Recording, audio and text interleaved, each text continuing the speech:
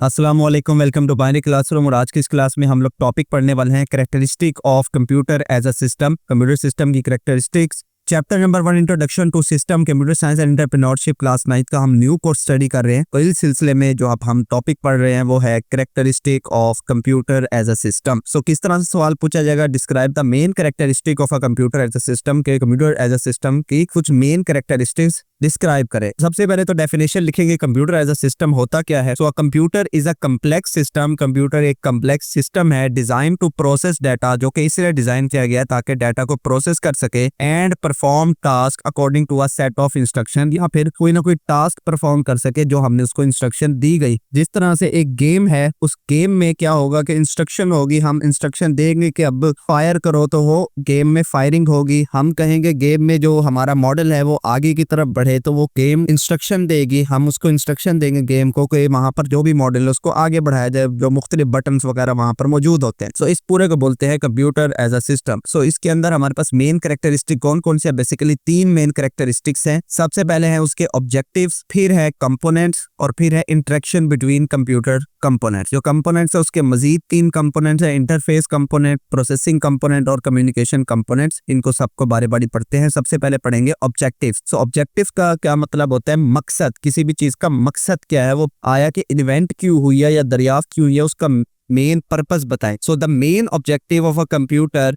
Is to process data. की computer का main जो ऑब्जेक्टिव है, मेन मकसद है, वो डाटा को प्रोसेस करना है, परफॉर्म कैलकुलेशन या फिर कैलकुलेशन परफॉर्म करनी है, right, and execute different task efficiently, या फिर कोई और डिफरेंट टास्क हो सकते हैं जो भी उसने परफॉर्म करने हो। For example a factory use automated robots, यहाँ पर आर आना था, कोई बात नहीं, टी लिखा गया, typing mistake. For example a factory use automated robots control by computer to assemble different parts of a car, के जिस तरह एक फैक्ट्री के अंदर एक कार को असेंबल करने के लिए रोबोट्स मौजूद होते हैं। यहाँ पर जैसे इमेज में भी देखें, कोई भी आपको यहाँ पर इंसान नहीं नजर आ रहा, बल्कि मुख्तलिफ रोबोट्स हैं जो कि गाड़ियों को असेंबल कर रहे हैं, उसके पार्ट्स आपस में अटैच कर रहे हैं। तो इनके पीछे क्या होगा, इनके पीछे भी कोई ना कोई कंप्यूटर सिस्टम होगा जिसको प्रोग्राम इस तरह से किया गया होगा कि हर एक पार्ट को उठाओ और उसको गाड़ी की इस जगह पर फिट कर दो। तो ये जो सारी चीजें वो पहले से प्री डिफाइन होंगे, इसकी प्रोग्रामिंग। ये होता है ऑब्जेक्टिव। नेक्स्ट आ जाए कंपोनेंट। तो कंपोनेंट बेसिकली वो छोटे छोटे पार्ट्स होते हैं जिनसे मिलकर एक मुकम्मल सिस्टम बनता है। So a computer consist of multiple components. Computer के अंदर मल्टीपल कंपोनेंट्स होते हैं दैट वर्क टुगेदर, जो कि आपस में मिलकर काम करते हैं as a system. Each component has a specific function. हर कंपोनेंट का एक स्पेसिफिक फंक्शन होता है that contribute to the overall operation of the system, जो कि पूरे सिस्टम में ओवरऑल अपना हिस्सा, अपना किरदार अदा करता है। जैसे कि पहला है हमारे पास interface component. Interface component basically वो कंपोनेंट्स होते हैं जो कि फंडामेंटल यानी कि बुनियादी पार्ट्स होते हैं किसी भी कंप्यूटर सिस्टम के। So the interface component are the fundamental parts of a computer system,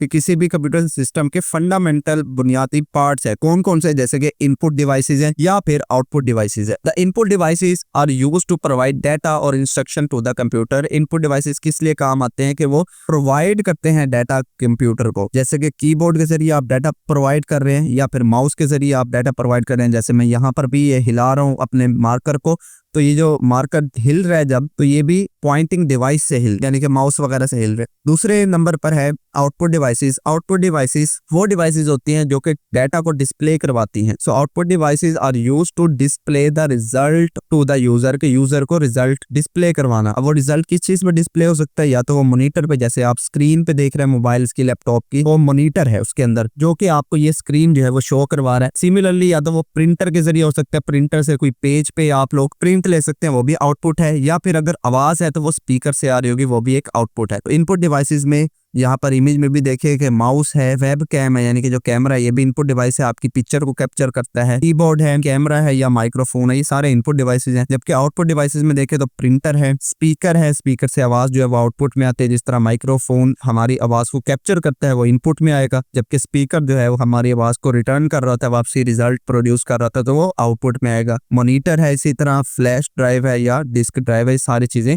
output में आएंगी। नेक्स्ट सेकंड कंपोनेंट है प्रोसेसिंग कंपोनेंट। प्रोसेसिंग कंपोनेंट वो कंपोनेंट्स होते हैं जो कि डाटा को मैनेज करते हैं या प्रोसेस करते हैं। So processing component are used to process and manage data, के डाटा को या तो प्रोसेस करना या मैनेज करना, टू एग्जीक्यूट टास्क, ताकि जो भी टास्क उसके जिम्मे है वो परफॉर्म हो सके, एग्जीक्यूट हो सके, कंप्लीट हो सके। कौन कौन से प्रोसेसिंग कंपोनेंट होते हैं, फर्स्ट नंबर पे तो है सीपीयू। सीपीयू सबने देखा है कि जो कंप्यूटर सिस्टम होता है उसके अंदर जो छोटी सी चिप लगी होती है जिसको कंप्यूटर का ब्रेन भी कहा जाता है, वो सीपीयू होता है।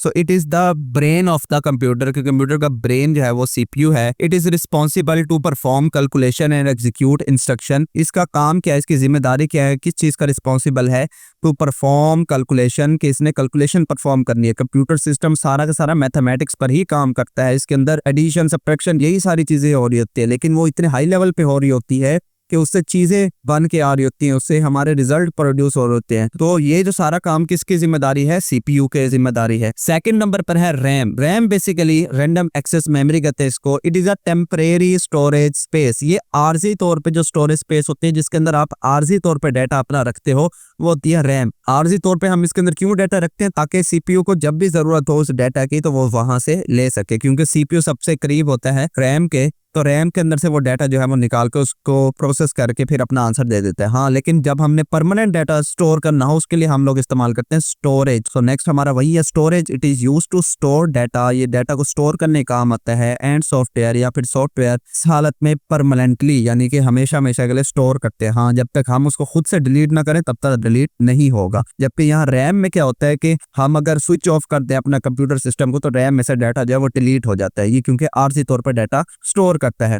जबकि स्टोरेज जो है वो परमानेंटली डाटा स्टोर करती है फॉर द फ्यूचर प्रोसेसिंग, ताकि आप उसको फ्यूचर में भी प्रोसेस कर सकें, आप उसको एक्सेस कर सकें। उसके बाद प्रोसेसिंग कंपोनेंट एक और होता है ऑपरेटिंग सिस्टम। ऑपरेटिंग सिस्टम कहते हैं कि जिस तरह आपकी विंडोज है, अगर जो भी विंडो कंप्यूटर इस्तेमाल करते हैं, अगर कोई एप्पल वाला मैकबुक इस्तेमाल करते हैं तो उनके अंदर वो मैक ओएस होता है। इसी तरह कोई लिनक्स यूज करता है, लेकिन ज्यादातर जो है हम जैसे विंडोज इस्तेमाल करते हैं वो एक ऑपरेटिंग सिस्टम है। ऑपरेटिंग सिस्टम का काम क्या होता है कि ये बेसिकली इंटरफेस प्रोवाइड करता है हमारे कंपोनेंट्स को। So it receive input from the interface component and determine the action to be perform, के इंटरफेस प्रोवाइड करेगा और उस इंटरफेस के अगेंस्ट जो भी एक्शन परफॉर्म होना होगा ये उसको परफॉर्म करेगा। जिस तरह मैं ये यहाँ पर कोई भी बटन ऐसे दबा रहा हूँ तो ये जो मेरे सामने इंटरफेस ओपन हो रहा है ये कौन कर रहा है, मैं ऑपरेटिंग सिस्टम से इंटरेक्ट कर रहा हूँ। अब यहाँ पर मैं जिस भी कलर पे क्लिक करूंगा तो उसके अगेंस्ट जो भी कुछ परफॉर्म होगा तो ये भी ऑपरेटिंग सिस्टम कर रहा होगा। ये सारी चीजें आती है ऑपरेटिंग सिस्टम में। उसके बाद है application program. Application program basically वो प्रोग्राम होते हैं जो कि जरूरी तो नहीं होते आपके कंप्यूटर सिस्टम के लिए, लेकिन अगर आपका काम उससे आसान हो रहा है तो आप उसको खुद इंस्टॉल करते हो। फॉर एग्जाम्पल अगर मैं आपको एग्जाम्पल दूं विंडोज की, तो विंडो जो है वो हर कंप्यूटर में होना चाहिए ना, मतलब कि जिसने ऑपरेटिंग सिस्टम जिसके अंदर है ही नहीं, विंडो ही नहीं है, वो क्या कंप्यूटर काम करेगा, नहीं करेगा। तो ऐसे सिस्टम को बोलते हैं हम लोग सिस्टम सॉफ्टवेयर। बट कुछ ऐसे सॉफ्टवेयर होते हैं जैसे कि वीडियो एडिटिंग सॉफ्टवेयर है या फिर फोटोशॉप है, फोटो एडिटिंग सॉफ्टवेयर है। इस तरह के जो सॉफ्टवेयर होते हैं या कोई गेम है, अब देखिए जो आप गेम खेल रहे हैं हो सकता है वो कोई और खेल ही ना रहा हो, उसके कंप्यूटर में उसको जरूरत ही ना हो। जो आप कोई फोटो एडिटर इस्तेमाल कर रहे हैं कोई और इस्तेमाल ही ना कर रहा हो। तो ये जो सारे सॉफ्टवेयर होते हैं जो आपके अकॉर्डिंगली अपनी नीड के लिए इस्तेमाल करते हो, ऐसे सॉफ्टवेयर के बोलते हैं application software. So it refers to the program that are executed by the operating system to perform specified task. कहते हैं ये भी ऑपरेटिंग सिस्टम ही चलाता है, लेकिन इसका जो एक्शन होता है वो सिर्फ स्पेसिफिक काम परफॉर्म करना है। जो वीडियो एडिटिंग सॉफ्टवेयर होंगे वो सिर्फ वीडियो को एडिट करेंगे, जो फोटो एडिटिंग सॉफ्टवेयर होंगे वो पिक्चर्स को एडिट करेंगे वगैरह वगैरह। अब ये एक इमेज है, इस इमेज में सारे ये कंपोनेंट्स आपको दिखाए गए हैं जो मैंने यहाँ पर पढ़ाए। इस तरह से ये देखें सीपीयू, ये वाली जो चिप है ये सीपीयू कहलाती है। इसी सीपीयू के ऊपर ये सीपीयू फैन भी लगा होता है, ये भी एक कंपोनेंट है। ये जो ग्रीन कलर की आपको चिप दिख रही है ये रैम है जो कि टेम्परेरी डाटा स्टोर करती है, जबकि ये वाली जो आपको चीज दिख रही है ये हार्ड डिस्क है जिसके अंदर परमानेंटली डाटा स्टोर होता है। और ये कीबोर्ड है, इनपुट डिवाइस, स्पीकर हो गए, ये सारी चीजें आपने देखी होंगी। जो नहीं देखी वो मैंने यहाँ पर मेंशन कर दी। बाकी ये पावर सप्लाई है जो कि करंट प्रोवाइड करते हैं आपके कंप्यूटर सिस्टम को, तो बाकी भी आप लोगों ने यहाँ पर देख लेना। नेक्स्ट बढ़ते हैं हम लोग कम्युनिकेशन कंपोनेंट्स की तरफ। कम्युनिकेशन कंपोनेंट बेसिकली वो कंपोनेंट्स होते हैं जो कि आपके कंप्यूटर सिस्टम को किसी दूसरे कंप्यूटर सिस्टम के साथ या फिर उसके अंदर ही एक कंपोनेंट से दूसरे कंपोनेंट तक कोई भी इंफॉर्मेशन पहुंचानी है तो उसके लिए काम आता है। कम्युनिकेशन का मतलब यही होता है ना कि बातचीत करना। जिस तरह आप एक टेलीफोन से बात कर रहे हैं, सामने वाले से भी जब बात करेंगे तो उसके बाद भी कोई ना कोई टेलीफोन मोबाइल फोन होगा जिससे वो आपकी बात सुन पा रहा होगा और अपनी बात बता पा रहा होगा। इसी तरह कम्युनिकेशन कंपोनेंट्स का मतलब भी यही होता है कि एक डिवाइस के अंदर, जैसे कंप्यूटर सिस्टम है, एक कंपोनेंट से दूसरे कंपोनेंट में डाटा ट्रांसफर करना है, तो उसके लिए हम लोग कम्युनिकेशन कंपोनेंट इस्तेमाल करते हैं। So the communication component allow various part of a computer, कि कंप्यूटर के जो वेरियस पार्ट है, बहुत सारे पार्ट्स हैं, to communicate and exchange information, कि वो आपस में कम्युनिकेट करें और एक्सचेंज करें इन्फॉर्मेशन, वो उसको अपने डाटा दे सके और वहां से डाटा रिसीव भी कर सके। कम्युनिकेशन कंपोनेंट में कौन कौन सी चीजें आती है? मदरबोर्ड आता है सबसे पहले, इंतहाई अहम, कि मदरबोर्ड ना होना तो समझो आपका कंप्यूटर सिस्टम काम ही नहीं करता। मदरबोर्ड कहते हैं किसको है? ये जो आपको मुकम्मल दिख रहा है ना, ये डिवाइस, ये वाली, ये मुकम्मल होता है मदरबोर्ड, ठीक है। उसने ऊपर मेन बोर्ड लिखा हुआ है, मदरबोर्ड इसी को ही बोलते हैं। इसी मदरबोर्ड के ऊपर सीपीयू भी मौजूद होता है, रैम भी मौजूद होती है और भी सारी चीजें इस पे लगती हैं। साउंड कार्ड इसी के ऊपर लगा होता है, हार्ड डिस्क भी इसी के साथ लगी होती है, रैम भी इसी के ऊपर है, सीपीयू फैन भी इसी के ऊपर, सारी चीजें समझे इसके साथ अटैच होती है, इसलिए इसको मदरबोर्ड कहते हैं। सो it is the main circuit board that connects all the components, कि कंप्यूटर में जितने भी कंपोनेंट्स होते हैं उसकी तार यहाँ से लाजमी कनेक्ट होती है मदरबोर्ड के अंदर, ठीक है। इवन कि आपका जो माउस है वो भी इसी के अंदर कनेक्ट होता है, आपका कीबोर्ड भी इसी के अंदर कनेक्ट होता है, ठीक है। It enable communication between CPU, RAM and storage, इसी की मदद से सीपीयू रैम के साथ कम्युनिकेट कर सकता है। यानी कि अभी हमने देखा ना, सीपीयू रैम से डाटा लेता है टेम्परेरी, जो उसके अंदर स्टोर हुआ होता है,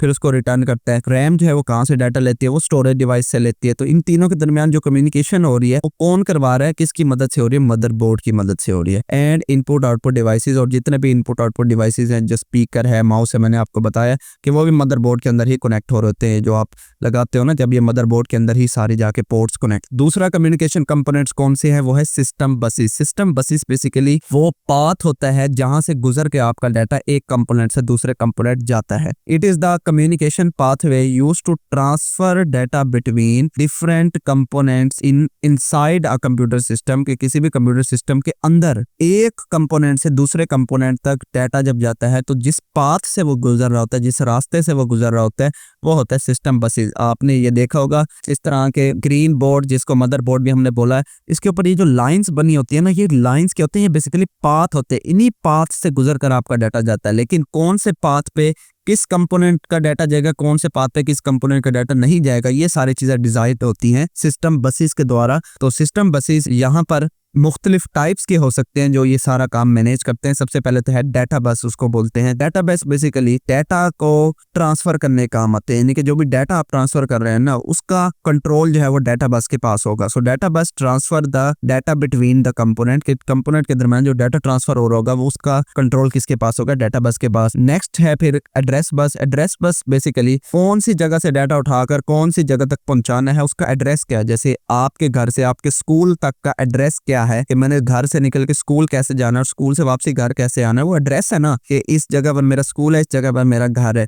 तो वो जो एड्रेस होगा कि कौन से कंपोनेंट से उठाकर डाटा कौन से कंपोनेंट तक पहुंचाना है, तो वो सारी चीजें कौन हैंडल करेगा? Address bus. So address bus carries the memory address for the data और इंस्ट्रक्शन, के किसी भी डाटा या इंस्ट्रक्शन का जो मेमोरी एड्रेस होगा कि मेमोरी में वो कहां पर पड़ा है, वो कौन कंट्रोल करेगा? Address bus. और तीसरे नंबर पे है control bus. Control bus basically send करता है कंट्रोल सिग्नल। कंट्रोल सिग्नल किसको सेंड करेगा? सीपीयू को, सीपीयू से और कहां तक? जो मुख्तलिफ कंपोनेंट इसके साथ अटैच होंगे। So control bus send control signal from the CPU to manage various operation within the system, की किसी भी सिस्टम के अंदर मैनेजमेंट का जो काम होगा कि अब आप इस पाथ से डाटा गुजार सकते हो, इसको यहाँ पर लेके जाओ, इसको इस रास्ते से लेके जाओ, ये जो सारी कंट्रोल होगी, जिस तरह ट्रैफिक पुलिस वाला ट्रैफिक को कंट्रोल कर रहा होता है, ये जो सारी चीजें होंगी ये कंट्रोल बस मैनेज करेगा। उसके बाद है थर्ड नंबर पर इंटरेक्शन बिटवीन कंप्यूटर कंपोनेंट्स। सो कंपोनेंट्स का हमने अच्छे से पढ़ लिया कि कंप्यूटर के जो पार्ट्स होते हैं वो बेसिकली कंप्यूटर के कंपोनेंट्स होते हैं। अब इनके दरमियान इंटरेक्शन के मुतालिक बता रहे हैं। So the component of a computer interact with each other to perform various task के मुख्तलिफ टास्क जब परफॉर्म करने होते हैं कंप्यूटर में, तो आपस में उसके कंपोनेंट इंटरेक्ट होते हैं। फॉर एग्जांपल, मिसाल के तौर पे when the user open a file, कि जब भी कोई यूजर फाइल किसी भी फाइल को ओपन करता है यूजिंग माउस की मदद से या फिर कीबोर्ड की मदद से, तो वो क्या करता है, तो हो क्या होता है उस वक्त कि several component of a computer interact with each other for this task, कि जो आपने सिर्फ फाइल भी खोली है ना, कहते हैं कंप्यूटर सिस्टम में कोई भी, तो उस फाइल को खोलने में ही कंप्यूटर सिस्टम के मल्टीपल कंपोनेंट्स आपस में इंटरेक्ट कर रहे हैं और फिर आपके पास वो फाइल खुल रही है। देखे ना, कोई भी फाइल पड़ी है, मैं उस पर जब माउस से डबल क्लिक करता हूं तो उस फाइल की लोकेशन सीपीयू के पास जा रही है, सीपीयू उसको कहेगा रैम को कि वो जाके इसको सेकेंडरी स्टोरेज डिवाइसेस से ले आए, फिर वो रैम में आएगी, रैम से सीपीयू एग्जीक्यूट करेगा उस सॉफ्टवेयर में जिस सॉफ्टवेयर में वो फाइल बनी होगी। जिस तरह ऑडियो फाइल है तो वो ऑडियो सॉफ्टवेयर में खुलती है, वीडियो फाइल है तो वो वीडियो प्लेयर में खुलती है, इसी तरह कोई MS वर्ड MS एक्सेल की फाइल है तो उस पर्टिकुलर सॉफ्टवेयर में ओपन होती है। तो ये जो सारी चीज़ें हैं, एक फाइल का ओपन होना भी, तो इसके अंदर भी मल्टीपल कंप्यूटर के कंपोनेंट्स आपस में इंटरेक्ट करते हैं। तो ये था हमारे पास ओवरऑल लेक्चर। है, होप आपको ये वीडियो अच्छी लगी होगी। अगर वीडियो अच्छी लगी हो तो इस वीडियो को लाइक करते जाए, चैनल को बगैर सब्सक्राइब किए देख रहे हैं तो चैनल को भी जरूर से सब्सक्राइब करें। मिलते हैं किसी नेक्स्ट वीडियो में, तब तक के लिए अल्लाह हाफिज।